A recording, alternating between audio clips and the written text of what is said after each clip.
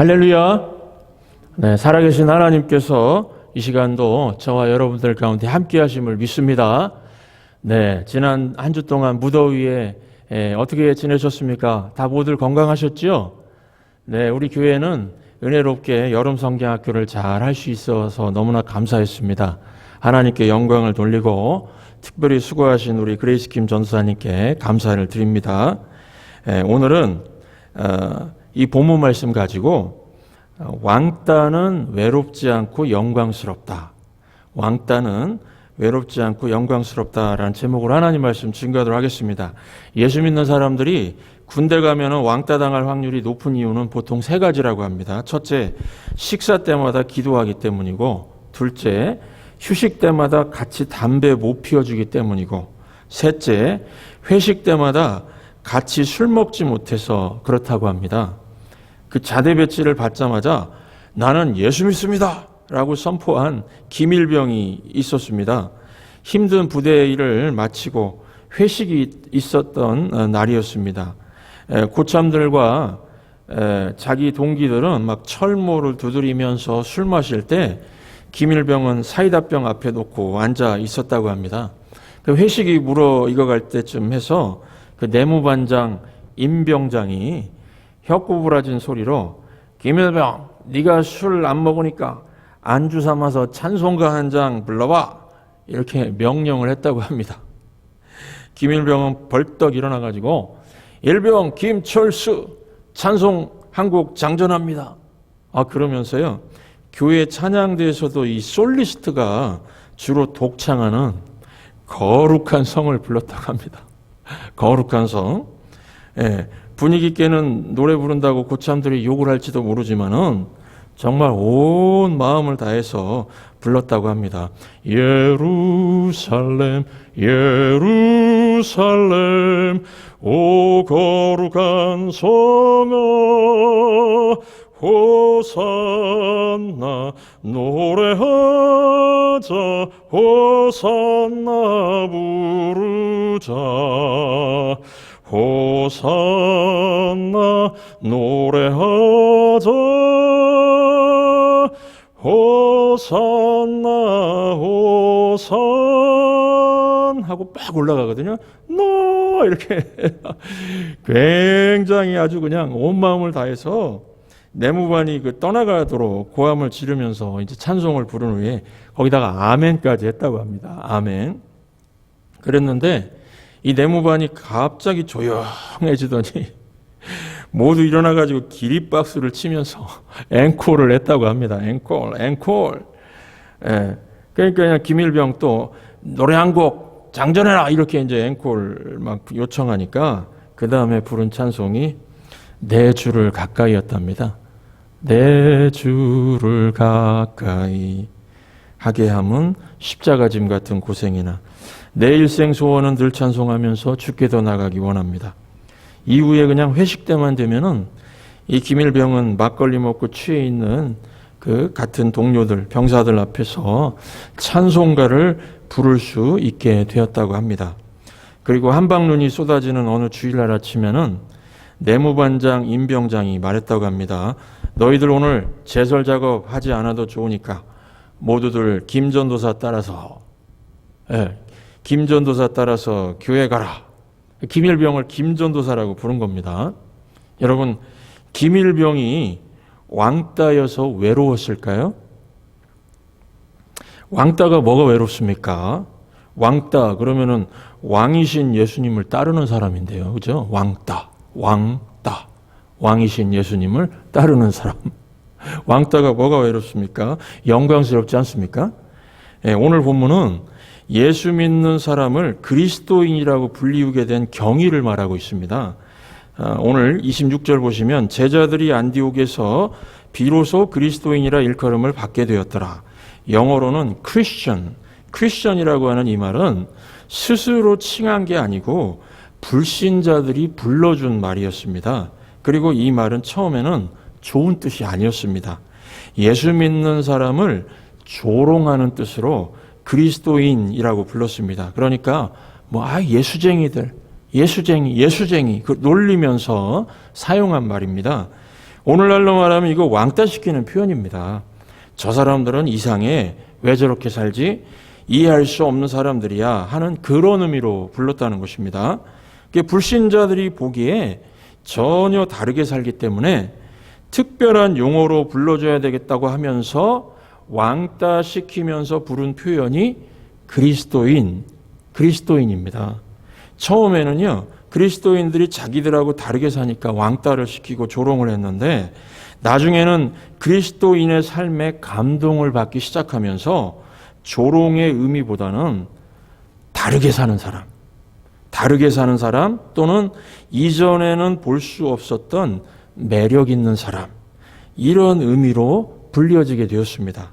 오늘은 그래서 본문을 통해서 이 그리스도인이 된다는 것이 어떤 의미가 있는지 살펴보도록 하겠습니다. 첫 번째로 이 그리스도인으로 불린다는 것은 하나됨을 추구하는 존재라는 뜻입니다.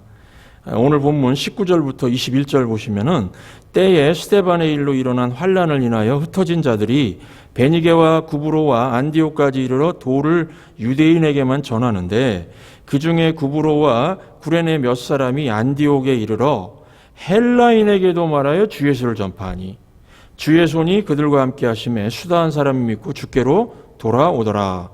이 안디옥 교회는 헬라인에게 복음을 전하게 되었습니다. 전혀 새로운 시도였습니다. 그 당시에는 상상할 수도 없는 일이었습니다. 이 유대인과 이방인 사이에는 넘을 수 없는 문화적인, 민족적인 벽이 있었는데요. 이것을 무너뜨려 버린 겁니다. 혹시 뉴욕에 있는 이민교회 중에, 저도 제가 잘 몰라서 그러는데요. 뉴욕에 있는 이민교회 중에서 일본 사람하고 한국 사람하고 함께 형제처럼 예배하는 교회가 있습니까? 몰라서 묻습니다. 혹시 있나요? 막 축구 시합, 배구 시합 할 때 벌써 눈빛이 달라지잖아요. 두 나라 사람들. 민족적인 벽이 굉장히 큽니다. 그런데 유대인에게 이방인은요, 사람도 아니었습니다. 개에게는 미안하지만 개 취급했습니다. 그런데 안디옥 교회는 이방인 헬라인에게도 복음을 전하고 한 교회에서 예배를 같이 드렸습니다. 어떻게 이런 시도가 가능했을까요? 우리가 믿는 예수님은 담을 허시고 연결시키는 분이시기 때문에 그렇습니다.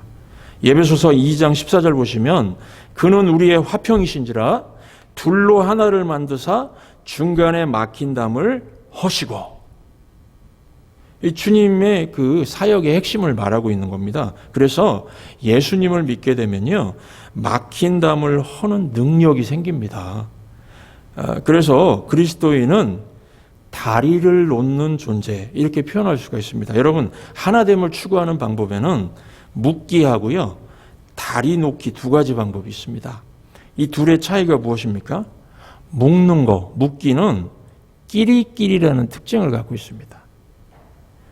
같은 인종, 같은 고향, 같은 학교, 이렇게 중심으로 끼리끼리 모이는 것이 묶기입니다. 그러니까 어설프게 하나가 되고 이기적인 모습에서 하나 됐다고 그러고요. 타락한 하나됨입니다. 반면에 다리 놓기는 서로 다른 것을 연결시킵니다. 나하고 성격이 완전히 다른 사람, 언어도 다른 사람, 대화하면 안 통하는 그런 족속들이 있잖아요. 전혀 다른 것을 연결시키는 게 다리 놓기입니다. 분리된 것을 연결시키는 겁니다. 이 그리스도인은 예수님을 닮아가려고 하기 때문에 끼리끼리가 아니라 자신과 반대편을 품기 위해서 나아가는 존재라는 것입니다. 여러분, 살다 보면은요, 우리에게 특권이 생깁니다. 이 특권은 자기를 위해서 누릴 것이 아니라 반대편을 향해서 사용할 때에 생명력을 갖게 됩니다.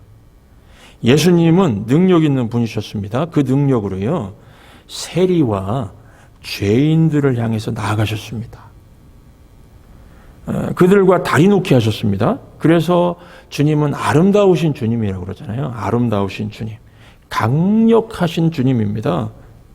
한 번은 그 중세 성자라고 불리는 그 프란체스코가 그의 제자들과 함께 10일 금식을 했다고 합니다. 수도원에서 이제 내려와 가지고 시장을 통과할 때 이 제자 중에 한 명이 이 굶주림을 참지 못해 가지고요. 3일만 금식하면 담도 넘는 데잖아요. 이게 10일을 금식하니까 얼마나 힘들었겠습니까? 그 제자 중 하나가 그 굶주림을 참지 못하고 너무 배가 고프니까 시장 통과할 때 막 시장에서 파는 죽을 막 달려가 가지고 막 퍼먹기 시작했다고 합니다. 그 주변에는 정죄의 눈초리로 쳐다보는 다른 제자들로 막 둘러싸여 있었다고 합니다. 상상이 되시죠? 예. 죽을 먹은 제자는 고개를 숙이고 이제는 쫓겨났구나. 이제는 내 이 제자 그룹에서 쫓겨났구나 하는 절망감에 사로잡혔다고 합니다. 어색한 침묵이 계속되고 있을 때 이 프란체스코는 죽 파는 가게에 갑자기 뛰어들어가지고 자기도 막 죽을 퍼먹으면서 이렇게 외쳤다고 합니다. 야, 나도 배고파 죽을 뻔했다. 너희들도 와서 빨리 먹어. 스승 이 프란체스코는요, 공경에 처한 그 제자의 고독한 자리에 같이 서준 겁니다. 그래서 그 공경에 처한 제자를 살렸습니다. 이게 다리 놓기입니다. 다리 놓기. 반대를 향해서 나가는. 여러분, 우리에게 하나님께서 힘을 주셨습니다. 끼리끼리 묶기에 사용할 것이 아니라 더 약한 사람과 다리 놓는 데 사용한다면, 여러분, 근데 약한 사람은요, 자기가 약하다고 얘기를 안 합니다. 더 큰 소리 치고, 더 잘났다고 그러고, 더 힘있다 그러고. 그런데 보면 약한 사람이거든요. 그런 사람들 품어주기가 참 어려운데, 다리를 놓을 수 있는, 막힌 담을 항상 헐어버리고 다리를 놓아서 하나 되게 하는 존재가 이 그리스도인이다 하는 것입니다. 그래서 이 그리스도인은요, 다르게 사는 존재입니다. 세상 사람들이 묵기하고 있을 때 다리를 놓았던 사람들입니다. 기독교 2000년 역사를 보면은 다리 놓기 역사였습니다. 예루살렘과 사마리아의 벽을 뚫고 다리를 놓았습니다. 교회는요, 다리 놓는 사명이 있었습니다. 그래서 팔레스틴에서 로마로, 로마에서 유럽 여러 나라로, 또 영국 섬나라 영국에서요, 미국으로 다리 놨고요. 미국에서 아시아로 계속해서 다리 놓기를 시작했습니다. 전혀 다른 나라, 전혀 다른 인종, 다른 문화를 향해서 나아갔던 것입니다. 그런데요, 요즘에 교회가 이 길 닦고 다리 놓는 사명 대신에 성 쌓는 교회가 되려고 하는 현상이 있습니다. 우리끼리 잘 지내면 돼. 우리 교회 최고. 여기에서 머무르려고 한다는 것입니다. 그래서 교회 바깥 사람들이 예수님이 싫어서 교회를 안 오는 것이 아니라 예수 믿는 사람 꼴 보기 싫어가지고, 예수 믿는 사람 꼴 보기 싫어가지고 안 온다는 겁니다. 이 중국과 로마를 보통 비교를 할 때요, 중국은 힘을 가지고 성을 쌓았습니다. 로마는요, 힘을 가지고 길을 닦았습니다. 그래서 모든 길은 로마로 통한다 그러죠. 중국은요, 만리장성을 쌓고 성 바깥의 사람들을 뭐라고 부르는지 아십니까? 오랑캐라고 불렀습니다. 유대인은 유대인 아닌 사람들을 이방인 그렇게 불렀습니다. 중국 사람은 오랑캐, 유대인은 이방인. 둘 다 이거 배타적인 의미가 있습니다. 만리장성을 쌓은 진나라 있죠? 찐나라, 차이나가 거기서 나왔거든요. 차이나. 그 진나라는요, 몰락하게 됐습니다. 반면에 로마는 길을 닦아가지고 오랫동안 흥왕하게 되지 않습니까? 우리 천성교회는 반대를 향해서 나가는 교회, 벽을 허무는 교회, 다리를 놓는 교회, 성 쌓는 것이 아니라 길을 닦는 교회의 사명을 감당할 수 있기를 바랍니다. 네, 두 번째로 그리스도인이 된다는 것. 우리가 내가 크리스천입니다 이렇게 말할 때 우리가 깊이 생각해야 된다는 겁니다. 그리스도인으로 다른 사람들이 불려준다는 것은요, 그리스도인 그러면은 무엇이든지 쉽게 시작한다는 겁니다. 무엇이든지 쉽게 도전하고 시도하는 사람, 그런 의미가 있습니다. 안디옥 교회는 두 가지를 시도했습니다. 문화적인 장벽, 민족적인 장벽을 넘어서 헬라인에게 복음을 전했고요. 또 한 가지는 품기 어려운 사람을 품어버렸는데, 대표적으로 누구냐면은 안디옥 교회 지금 목사 역할을 하는 바나바가 핍박자였다가 극적으로 예수 믿었다고 하는 사람, 그게 소문이었습니다. 보지도 않았습니다. 핍박자였다가 극적으로 예수 믿었다고 하는 사울, 스데반 집사를 순교시킬 때 옆에서 구경했던 사람이거든요. 그 사울을 찾아가가지고 신방을 가서 교회로 데려와서 제자 훈련을 시켰는지, 뭐 훈련을 시켰겠죠. 일꾼을 삼고 동역을 합니다.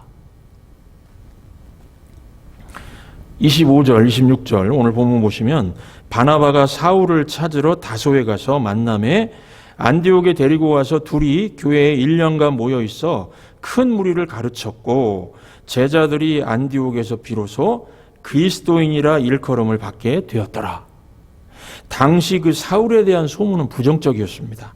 그런데 바나바는 사울의 가능성과 장점을 보고 리더로 세워버렸습니다. 이와 같이 그리스도인은 무엇이든지 복음이 전파될 수 있다면 망설이지 않고 시도한다는 겁니다. 말뚝에 묶인 코끼리 이야기들 다 아시죠? 코끼리는 힘만 주면 말뚝을 뽑을 능력이 있습니다. 그런데 코끼리가 어려서부터 묶여 있게 되면요, 시도조차 안 한다는 겁니다.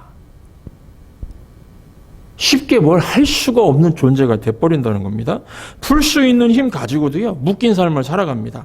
인생을 살면서 대부분의 일들은요, 할 수 있는 능력이 내게 이미 주어져 있습니다. 그런데 못한다고 생각을 합니다. 좀 더 준비해야 된다고 생각하고요. 이거 묶인 코끼리 의식입니다. 그 8살의 꿈이란 노래가, 8살의 꿈이란 노래가 인터넷에서 유행한 적이 있습니다. 8살 먹은 그 채연이라는 아이가 쓴 짧은 시를 노래로 만든 건데요. 나는 사립초등학교를 나와서 국제중학교를 나와서 민사고를 나와서 하버드대를 갈 거다. 그래서 나는 내가 정말 하고 싶은 미용사가 될 거다. 8살짜리가 쓴 시입니다. 아마도 초등학교, 중학교, 이 고등학교는요, 부모님이 가길 원하는 인류 학교들입니다. 그러니까 부모님이 원하면 가겠다는 겁니다. 대학도 하버드 가겠다고 합니다. 그런데 최종적으로는 자기가 꿈꾸는 미용사를 하겠다고 합니다. 여러분, 요즘에 사람들이 말합니다. 스펙이 좋아야 된다. 최고가 되어야 된다. 공부 잘해야 된다. 명문대 가야 한다. 잘 준비해야 된다. 그런데 그래서요, 그거 없으면 못 살까요? 그거 없으면 못할 게 뭐가 있습니까? 채연이가 정말 하고 싶은 건 미용사입니다. 그냥 하면 되는 거지. 그냥 하면 됩니다. 하버드 나온 미용사. 그것도 괜찮죠? 꿈은 가지고 있는 대로 그냥 하면 된다는 겁니다. 스펙 없이도요, 그냥 시작하면 된다는 겁니다. 여러분, 인생 그렇게 사는 겁니다. 인생이 그렇습니다. 대부분 그냥 하면은 된다는 것이죠. 이미 하나님이 주신 내 재능과 은사가 다 갖고 있습니다. 이미 기회가 주어져 있습니다. 그래서 그리스도인들은요, 망설임 없이 그냥 시작하는 존재라는 겁니다. 왜 그럴까요? 믿음 때문에 그렇습니다. 믿음. 이 믿음은 세 가지를 뜻하는데, 첫째, 하나님이 살아계신다는 거 믿습니다. 절대 전지전능하신 존재에 대한 믿음이 있습니다. 둘째, 현재 주어진 일을 할 수 있는 힘이 있다는 걸 믿습니다. 빌립보서 4장 13절. 내게 능력 주시는 자 안에서 내가 모든 걸 할 수 있느니라. 능력에 대한 믿음이 있습니다. 셋째, 미래에 주어질 것에 대한 소망을 믿습니다. 히브리서 11장 1절. 믿음은 바라는 것들의 실상이요 보이지 않는 것들의 증거니. 미래의 소망을 믿고 가는 겁니다. 여러분, 믿음은요, 하나님을 믿고 의지하는 거고요. 믿음은 현재 주어진 능력을 믿고 그냥 해버리는 겁니다. 또 믿음은 주실 약속을 붙들고 소망 중에 도전하는 겁니다. 이게 믿음의 삶입니다. 그래서 우리 그리스도인은요, 통쾌하게 사는 존재입니다. 그냥 막 불안해하고 그냥 안 돼 그런 존재가 아닙니다. 내게 능력 주시는 자 안에서 그러면서 통쾌하게 시도하고 그렇게 시작해버리는 존재라는 것입니다. 우리에게는 능력이 이미 있다는 것입니다. 약속의 미래 붙들고 계속 도전하며 사시기 바랍니다. 끊임없이 시도하시기 바랍니다. 염려할 시간 없습니다. 염려할 시간이 어디 있습니까? 두려워할 시간도 없습니다. 그냥 해버리면은 열매가 나오고요. 승리가 나오게 될 것이라고 하는 이 믿음, 또 하나님의 자녀이고 하나님 안에서 우리가 기도하고 하나님 허락하시면 다 되는 일 아닙니까? 믿으시죠? 다 되는 일입니다. 여러분, 우리 인생 길지 않습니다. 길지 않습니다. 영광이 아닌 일에 인생 낭비하지 말고 우리가 마땅히 해야 될 사명에 집중하면서 거침없이 시도하시고 도전하면서 통쾌하게 사시는 저와 여러분들 되시길 주의 이름으로 축원합니다. 마지막으로 세 번째로 이 그리스도인이라고 불러줬다. 그렇죠? 불신자들이 불러준 겁니다. 그리스도인이라고 불린다는 것은 결과에 연연하지 않는 삶을 사는 사람들이다. 그런 의미가 있습니다. 이 안디옥 교회가 이방인에게 복음을 전할 때 그 주변의 유대인들에게 무슨 일을 당할지 그런 거 생각 안 했습니다. 막 그 조롱하고 핍박하고 별일을 다 할 수도 있겠지만 그런 거 생각 안 했습니다. 이방인 전도의 후폭풍을 생각하지 않았습니다. 그저 땅끝까지 복음 전하라는 주님의 말씀에 단순하게 순종한 겁니다. 그리고요, 이방인 숫자가 훨씬 많죠. 이방인 숫자가 훨씬 많으니까 효과적일 거라고 생각했을 겁니다. 또 바나바가 회심한 사울을 안디옥 교회 일꾼으로 불러올 때 교회 안에 반대가 없었습니다. 반대가 없었습니다. 그냥 하나님의 인도하심에 맡기고 사울이 이방인의 사도로 부름받았다고 하는 그 사실 하나 믿어줬습니다. 사도행전 9장 15절, 내 이름을 이방인과 임금들과 이스라엘 자손들에게 전하기 위해서 택한 나의 그릇이라. 사울이 이런 부르심이 있었다는 것 딱 하나 붙들고 결과에 연연하지 않고 사역을 함께 시작했습니다. 결과를 예측하지 않았습니다. 여러분, 우리 인생은요, 결과는 하나님이 거두시는 것이지 그리스도인은 나에게 주어진 달란트, 은사, 내게 주어진 오늘 주어진 거 그거 가지고 하면 되는 존재입니다. 오늘날 대부분의 사람들이 결과주의에 매달려 사니까요, 두려움 가운데 있습니다. 내가 이거 해가지고 뭐가 나올까? 결과주의에 매달리니까요, 뭘 하지를 못합니다. 그래서 많은 사람들이 설교를 듣고 하나님 말씀에 순종하지 못하는 이유는 당장의 결과가 나와야 되기 때문에 그렇습니다. 눈에 보이는 결과가 없으면 금방 낙심하고 좌절합니다. 여러분, 이거는 정말 믿음 아닙니다. 믿음 아닙니다. 목사로 살면서 그 성도님들의 신앙의 패턴을 분석해 보니까 두 가지로 정리가 됐습니다. 과정의 신앙과 결과의 신앙입니다. 이 둘은요, 다릅니다. 과정의 신앙은 예수님과의 동행을 전제로 합니다. 과정의 어떤 부분도 버릴 것이 없다는 겁니다. 당장은 모르지만 때가 되면은 협력해서 선을 이룰 것이라는 것을 믿고 가는 사람입니다. 여러분, 하나님 나라에는 쓰레기통이 없다고 합니다. 이유가 무엇일까요? 버릴 것이 없기 때문입니다. 우리 그리스도인의 삶도 마찬가지라는 겁니다. 어느 한 날, 어느 한순간도요, 쓸모없는 시간은 없다는 겁니다. 다람쥐와 그 도토리 이야기를 아실 겁니다. 다람쥐는 겨울을 준비합니다. 입에 불룩 도토리를 담아가지고 열심히 땅에 묻습니다. 겨울을 대비해가지고요, 수십 군데 그 도토리를 묻어둔다고 합니다. 그런데요, 문제는 자기가 어디에 묻었는지 잊어버린답니다.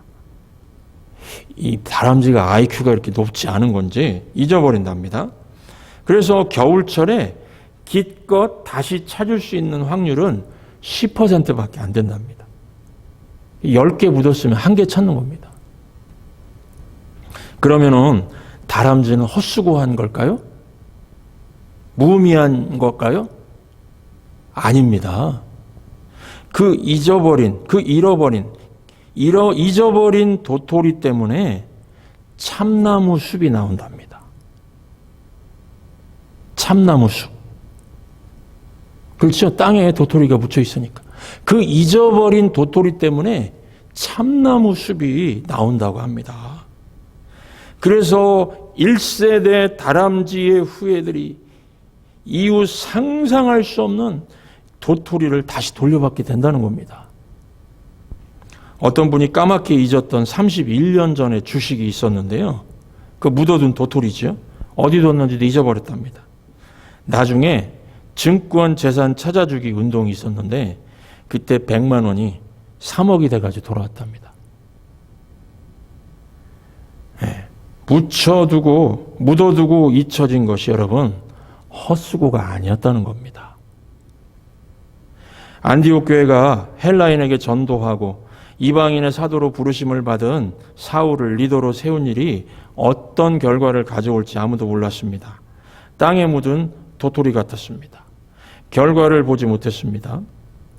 나중에 참나무 숲으로 돌아오게 될 걸 몰랐습니다. 그런데 안디옥 교회는 세계 선교의 기초를 놓은 교회가 되지 않습니까? 이와 같이 이 참된 교회, 참된 그리스도인은 결과에 연연하지 않고 사명에 충성합니다. 여러분, 믿음은 최후 승리를 믿는 겁니다. 끝이 무조건 좋다는 것을 믿는 겁니다. 지금 하는 모든 것이 헛되지 않다는 것을 믿는 겁니다. 결과주의에 매몰되어 가지고 당장 열매가 없다고 절대로 낙심하지 마시기 바랍니다. 초라했나 실패했나 이건 허상입니다. 이건 진짜 내 모습 아닙니다. 과정의 신앙은 예수님께 믿고 맡기는 겁니다. 충성해서 결과가 보이면은요 즐거워하면 됩니다. 그리고 충성했지만 결과가 보이지 않으면요 참나무 숲 생각하십시오. 참나무 숲이 되어서 돌아올 것을 믿고 맡기는 겁니다. 참나무 숲 상상만 해도 좋지 않습니까? 내 미래에 올 것이고 그렇지 않으면 자녀들에게 올 것이고 반드시 온다는 겁니다. 그러므로 저와 여러분은 우리 천성교회와 함께 걸어가는 이 신앙의 길, 이 믿음의 길입니다. 다람쥐의 성신성을 가지고 낙심하지 마시고 이 믿음의 길을 끝까지 함께 가실 수 있기를 주의 이름으로 축원합니다. 비바람이 갈 길을 막아도 나는 가리 주의 길을 가리 눈보라가 앞길을 가려도 나는 가리 주의 길을 가리 이 길은 영광의 길 이 길은 승리의 길 나를 구원하신 주님이 십자가 지고 가신 길 나는 가리라 주의